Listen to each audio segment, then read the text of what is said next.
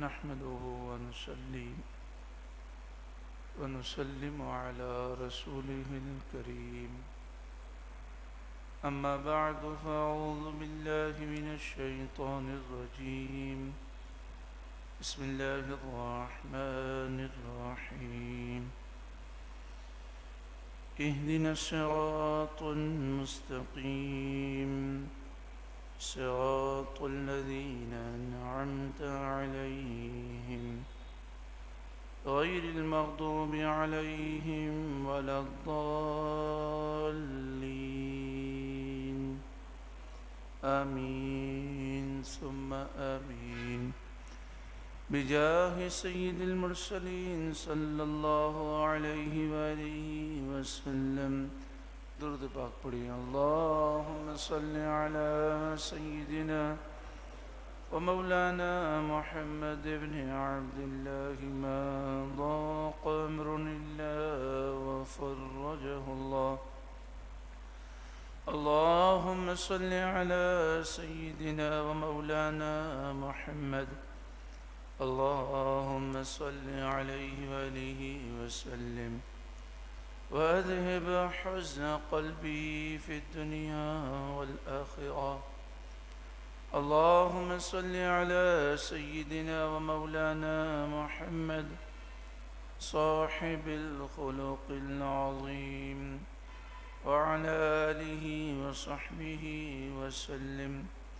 صلاة وسلاما عليك يا سيدي يا سيدي يا سيدي يا مكي يا مدني يا رحمة للعالمين يا شفيع المذنبين يا خاتم النبيين يا سيد المرسلين يا نبي الله يا حبيب الله يا نور الله يا رسول الله.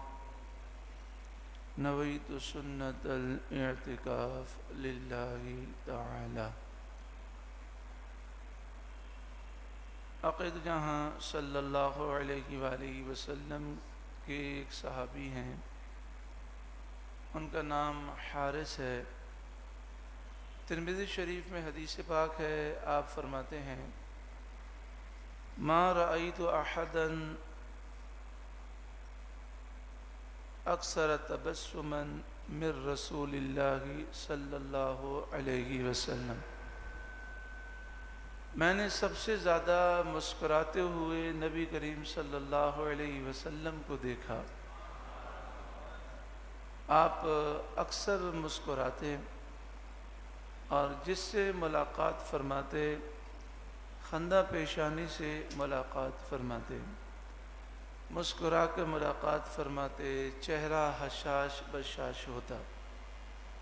ما کان ضحک رسول اللہ صلی اللہ علیہ وسلم الا تبسما.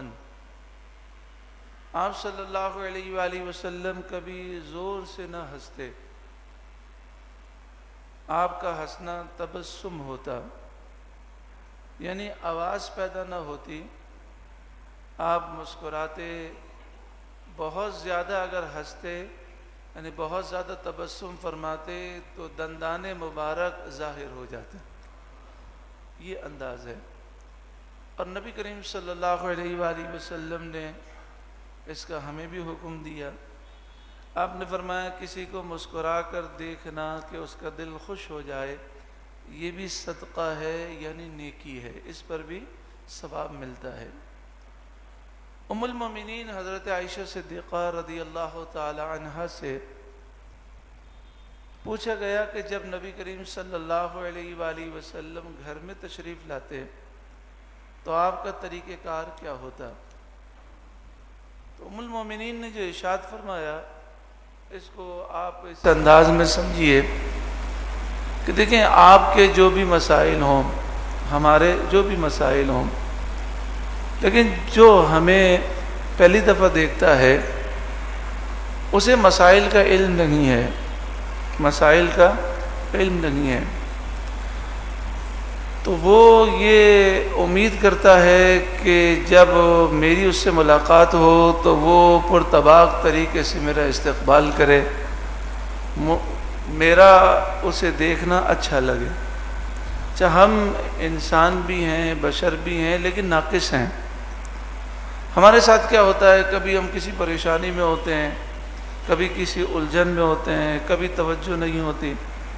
کبھی کبھی ایسا بھی ہوتا ہے کہ بسا اوقات اتنا انسان کا دماغ جو ہے کسی اور طرف لگا ہوتا ہے کہ کوئی سلام بھی کرتا ہے تو پتہ ہی نہیں چلتا اس نے سلام کیا ہے. پھر وہ بھائی کہتے ہیں جی میں نے آپ کو سلام کیا، آپ نے جواب نہیں دیا. تو کہتے ہیں مجھے تو نہیں معلوم آپ نے سلام کیا. چونکہ ہم ناقص ہیں، ہم کوشش کر سکتے ہیں، لیکن کامل تو رسول اللہ صلی اللہ علیہ وسلم کی ذات ہے.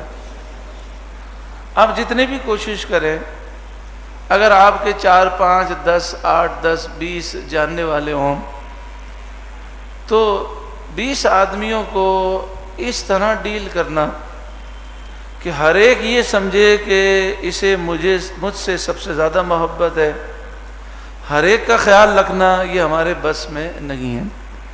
ہمارے آقا و مولا صلی اللہ علیہ وسلم پر قربان جائیے 1,24,000 صحابہ کرام، اور ہر صحابی کا یہ کہنا تھا کہ حضور کو مجھ سے سب سے زیادہ پیار ہے، حضور میرا سب سے زیادہ خیال کرنے والے ہیں.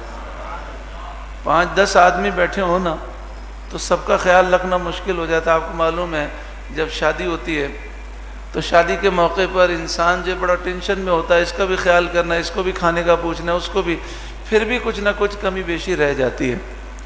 تو یہ ہمارے آقا صلی اللہ علیہ وسلم کا معجزہ کہ 1,24,000 کم و بیش صحابہ، اور ہر ایک کا آپ نے اس طرح خیال رکھا، ہر ایک سے اس طرح سلوک فرمایا کہ ہر ایک کا دعویٰ یہ ہے کہ حضور مجھ سے سب سے زیادہ محبت فرماتے ہیں.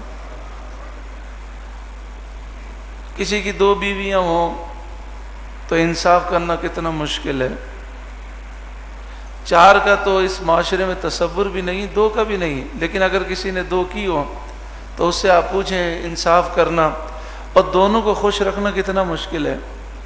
ہمارے آقا و مولا صلی اللہ علیہ وآلہ وسلم نے 9 ازواج مطہرات کو بیک وقت رکھا.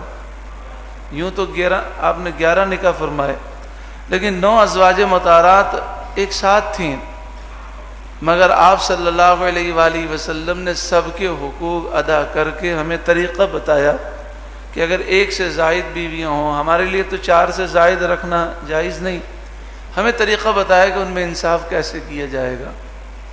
اور ان کی محبت کا یہ عالم تھا کہ حضرت عائشہ صدیقہ رضی اللہ تعالی عنہ فرماتی ہیں کہ عصر کے بعد نبی کریم صلی اللہ علیہ وسلم تشریف لاتے، عصر کے بعد تشریف لاتے اور ہر حجرے میں تشریف لاتے اور سلام ارشاد فرماتے اور پوچھتے کسی چیز کی ضرورت تو نہیں. بس یہ چند سیکنڈ کی ملاقات ہوتی، پھر دوسرے حجرے میں تشریف لے جاتے. اس طرح عصر مغرب کے درمیان 9 حجروں میں آپ تشریف لے جاتے. اب یہ چند سیکنڈ کی ملاقات اور چند سیکنڈ کا دیدار، ازواج مطہرات فرماتی ہیں پورا دن ہمیں اس کا انتظار رہتا، پورا دن ہمیں. اس زمانے میں گھڑیاں نہیں تھی، سیکنڈیں نہیں تھیں، لیکن ازواج مطہرات کے پاس رسول اللہ کا جانے کا معمول ایسا تھا کہ ان کے ذہنوں میں سیکنڈیں بھی فکس تھیں. گھڑیاں نہیں تھیں، سیکنڈ نہیں تھیں، لیکن ذہنوں میں فٹ تھیں. حضرت عائشہ صدیقہ رضی اللہ تعالیٰ عنہ انتظار کرتے ہیں، حضرت حفصہ انتظار کرتے ہیں ایک جھلک دیکھنے کے لیے.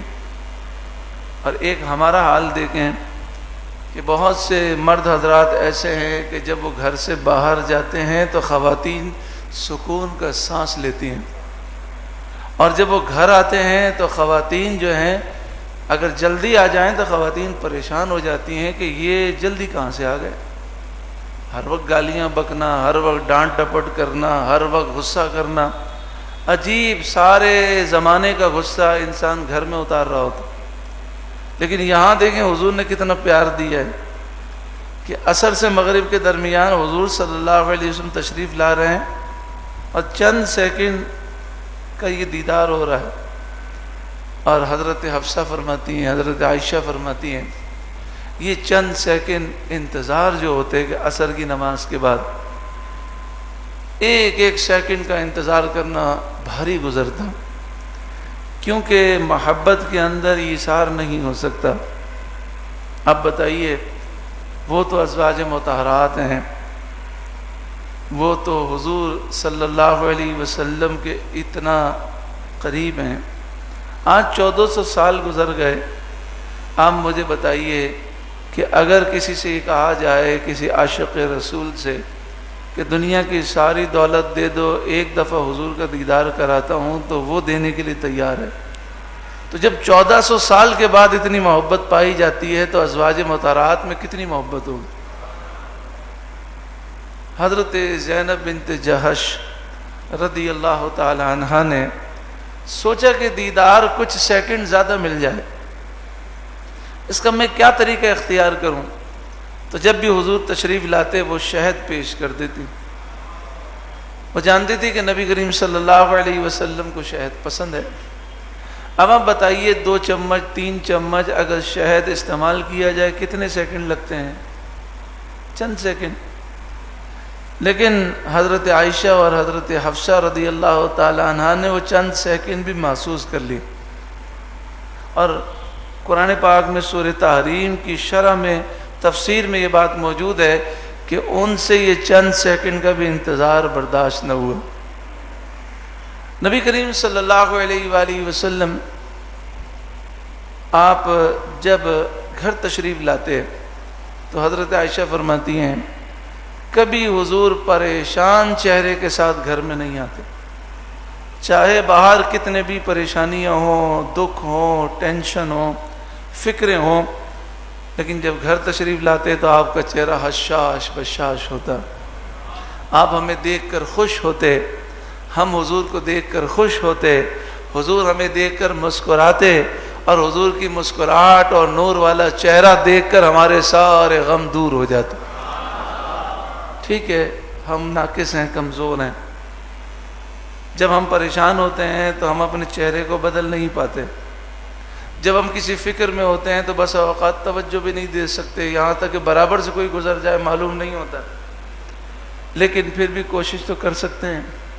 تو آج سے یہ معمول بنائیں کہ جب ہم کسی سے ملاقات کے لیے جائیں، کسی مہمان کے یہاں جائیں، کوئی مہمان ہمارے گھر پر آئے یا ہم اپنے گھر جائیں، تو داخل ہونے سے پہلے اپنے موڈ کو کوشش کریں ظاہری طور پر حشاش بشاش رکھنے کی، اور یہ نیت کریں کہ کسی کے گھر میں جانا یا اپنے گھر میں جانا اور چہرہ حشاش بشاش ہو اور اسے دیکھ کر مسکرانا میرے کریم آقا کی سنت ہے، میں اس سنت کو ادا کر رہا ہوں، پھر دیکھیں کتنی برکتیں انشاءاللہ نصیب ہوں گی۔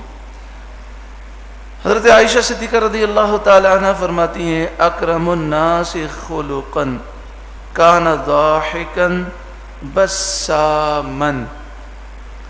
نبی کریم صلی اللہ علیہ وسلم جب گھر میں تشریف لاتے تو تمام لوگوں سے بڑھ کر آپ احسان فرمانے والے اور اچھے اخلاق والے، آپ ہنستے مسکراتے، یعنی گھر کے اندر ایسا ماحول آپ رکھتے کہ گھر والے آپ کو دیکھ کر خوش ہوں۔ اور یہ حضور ہمیں سکھا رہے ہیں کہ کاروبار کے ٹینشن باہر رکھیں، باہر کے مسائل باہر رکھیں، گھر کے اندر آپ کے گھر والوں کو آپ کی ضرورت ہے۔ بعض لوگ گھر پہ جا کر بھی اپنے موبائل پر کاروبار جاری رکھتے ہیں۔ ایک بھائی مجھے ملے، میں نے ان سے پوچھا تو کہنے لگے میں گھر پہ پہنچ جاتا ہوں 10 بجے، پھر میں نہا دھو کر جو ہے میں کھانا کھاتا ہوں۔ میں نے کہا کھانا کھا کے کیا کرتے ہیں؟ کہتے پورا دن موبائل استعمال کرنے کا موقع نہیں ملتا تو پھر میں واٹس ایپ چیک کرتا ہوں۔ پھر کتنے بج جاتے ہیں؟ جی 1 بج جاتے ہیں۔ سارے واٹس ایپ پہ جواب دے کر جب میں فارغ ہوتا ہوں تو میرے بیوی بچے سو چکے ہوتے ہیں۔ میں کہا پھر صبح کیا کرتے ہیں؟ کہنے لگے صبح تو آپ کو پتہ ہے بڑی بھاگ دوڑ ہو جاتی ہے، آفس پہنچنا ہوتا ہے، نہ بیوی بچوں سے صحیح طریقے سے جو بات بھی نہیں ہوتی۔ میں نے کہا اچھا یہ تو 6 دن گزر گئے، اتوار کے دن کہ ایک ہی دن تو سونے کے لیے ملتا ہے۔ اب بتائیے اس طرح زندگی اگر ہماری گزرتی رہی تو ایک ہی چھت کے نیچے ہونے کے باوجود ذہنی طور پر کتنے ہم دور ہوں گے۔ تو گھر والوں کو بھی ہماری ضرورت ہوتی ہے. ہمارے آقا صلی اللہ علیہ وآلہ وسلم دیکھیں حضور، آج کل بعض ہمارے بھائی ہوتے ہیں وہ اپنے اوپر صوفیت طاری کر لیتے ہیں. اب صوفیت کا ان کا مفہوم یہ ہوتا ہے منہ ہر وقت چڑھا ہوا ہوتا ہے بالکل سنجیدہ، کہ بیچارے ان کے ماں باپ ان کے بیوی بچے دیکھ کے پریشان ہو جاتے ہیں کہ حضرت صاحب کو کیا ہو گیا اتنے پریشان.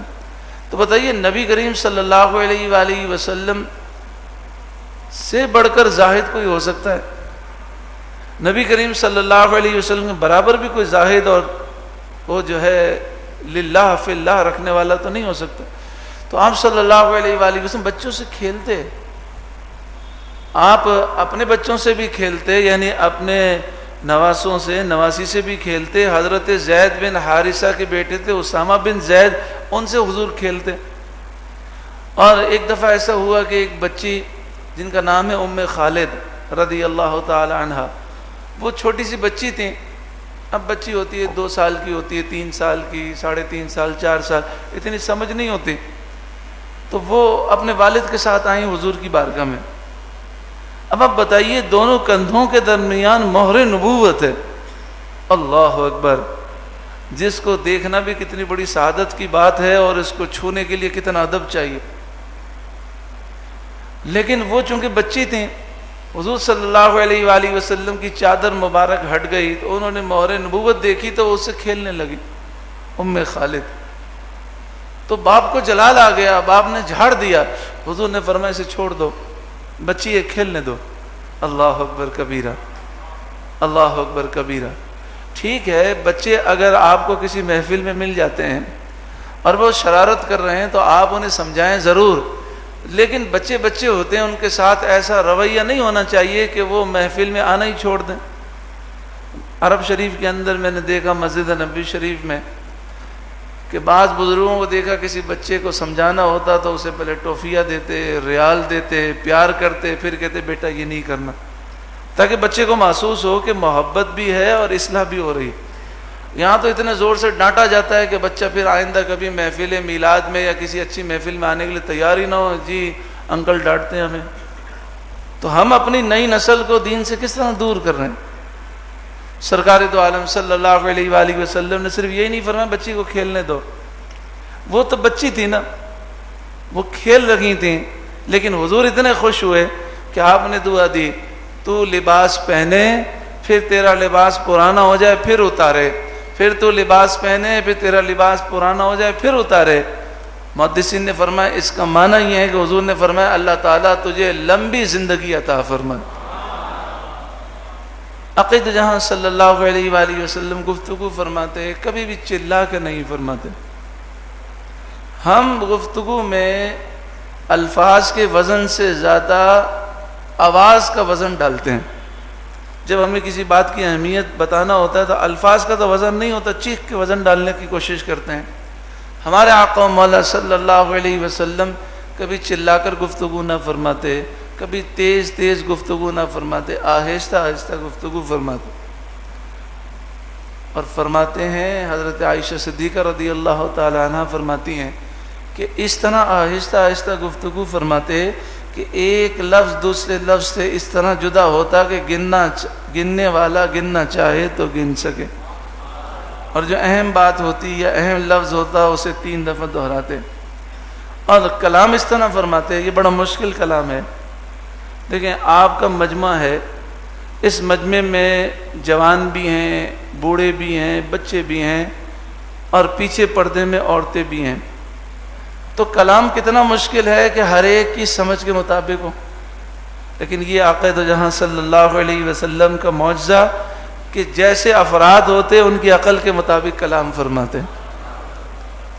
بچوں کو بھی سمجھ آ جاتا، بوڑھوں کو بھی آتا، جوان کو بھی آتا، عورتیں پردے میں سن رہی ہیں ان کو بھی سمجھ آ جاتا. آقا دو جہاں صلی اللہ علیہ وآلہ وسلم جب گفتگو فرماتے تو گفتگو کے دوران بکثرت مسکراتے، اور جب آپ مسکراتے تو آپ کے منہ مبارک سے نور ظاہر ہوتا، دندان مبارک سے روشنی ظاہر ہوتی. آپ صلی اللہ علیہ وآلہ وسلم گفتگو کے دوران کبھی کبھی اپنے سر کو اٹھاتے آسمان کی طرف اور کہتے اللہ اکبر، جس کے معنی یہ ہے کہ انسان یہ دشمنان اسلام جو کچھ بھی کر لیں، اللہ اکبر، اللہ بہت بڑا ہے۔ عقید جہاں صلی اللہ علیہ وآلہ وسلم بلا ضرورت گفتگو نہ فرماتے، اور آپ کا سکوت بھی بہت طویل ہوتا، طویل خاموشی ہوتی، اور آپ خاموشی میں فکر میں ہوتے۔ امیر المجاہدین حضرت علامہ خادم حسین رضوی علیہ رحمہ کو میں نے یعنی اتنے بزرگوں کو دیکھا، لیکن مجھے یاد پڑتا ہے کہ طویل خاموشی جو ہے میں نے امیر المجاہدین کی بارگاہ میں دیکھی۔ کبھی کبھی ہم بیٹھے ہوتے، آدھا پونا گھنٹہ امیر المجاہدین خاموش ہوتے، آنکھوں سے آنسو جاری ہوتے، کسی سوچ و فکر میں ہوتے، پھر کہتے طویل خاموشی بھی سنت مبارکہ ہے۔ حضور کس فکر میں ہوتے؟ تو امیر المجاہدین نے فرمایا حضور ہم غلاموں کی فکر کرتے کہ میرے امتیوں کا قبر میں کیا ہوگا، میرے امتیوں کا میدان محشر میں کیا ہوگا، اس کی فکر میں طویل خاموشی ہوتی۔ اللہ رب العالمین محبوب کریم صلی اللہ علیہ وآلہ وسلم کی ان اداؤں کو ہمیں ادا کرنے کی توفیق عطا فرمائے۔ انشاءاللہ تعالی ربیع الاول کی جو 12 ربیع الاول کی رات ہے، جسے بڑی بابرکت رات ہے، یعنی پیر اور منگل کی درمیانی شب، تو پیر کے دن عشاء کی نماز کے بعد اسی مسجد میں محفل ہوگی، اور محفل 11:15 بجے تک انشاءاللہ جاری رہے گی۔ پھر رات 4 بجے صبح بہارا کا پروگرام ہوگا، جو انشاءاللہ تعالی فجر تک جاری رہے گا۔ آپ تمام بھائیوں سے شرکت کی درخواست ہے۔ اے کریم مالک و مولا ہے پروردگار، محبوب کریم صلی اللہ علیہ وسلم کے حسن اخلاق کے صدقے میں ہمیں بھی حسن اخلاق نصیب فرما، آمین بجاہ سید المرسلین صلی اللہ علیہ وآلہ وسلم۔